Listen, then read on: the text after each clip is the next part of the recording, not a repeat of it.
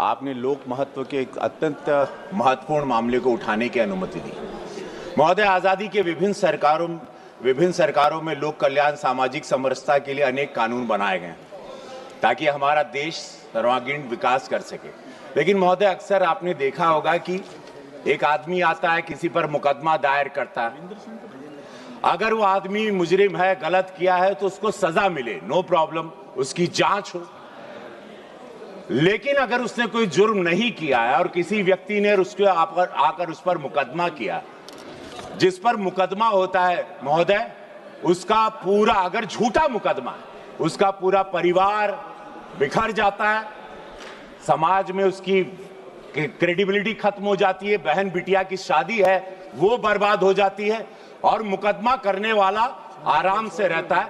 सर्वोच्च न्यायालय ने इस पर बहुत जांच भी की, पूरा प्रयास भी किया करने के लिए, कहीं लेकिन कमी बेसी में मैं महोदय आपसे निवेदन ये करना चाहता हूं आपके माध्यम से कि इस पर सरकार पर भी बोझ आता है, क्योंकि अनगिनत झूठे मुकदमे का आर्थिक बोझ सरकार पर पड़ता है।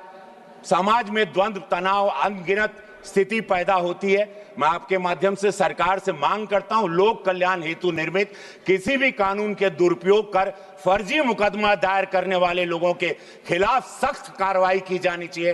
कतिपय कारणों में फर्जी मुकदमे को सही ठहराने वाले जांच एजेंसी जिसने उस पर जांच की है, उन पर भी एक कानून बनना चाहिए। तो ये लोग जो अनगिनत अनासर जो किनको मुकदमे में झूठे फंसाया गया है, उन पर नहीं कि जिसने झूठा मुकदमा दायर किया उनके लिए कोई सजा तय होनी चाहिए। और ये बहुत महत्वपूर्ण विषय है महोदय, जिस पर सरकार पर भी, न्यायालय पर भी अनगिनत झूठे मुकदमों की फाइल का भार बढ़ता जा रहा है। उससे हम बचेंगे। यशस्वी प्रधानमंत्री के इस नए भारत की सोच को, विकसित भारत की सोच को बढ़ाने में ये बहुत बड़ा कदम होगा। धन्यवाद अध्यक्ष महोदय।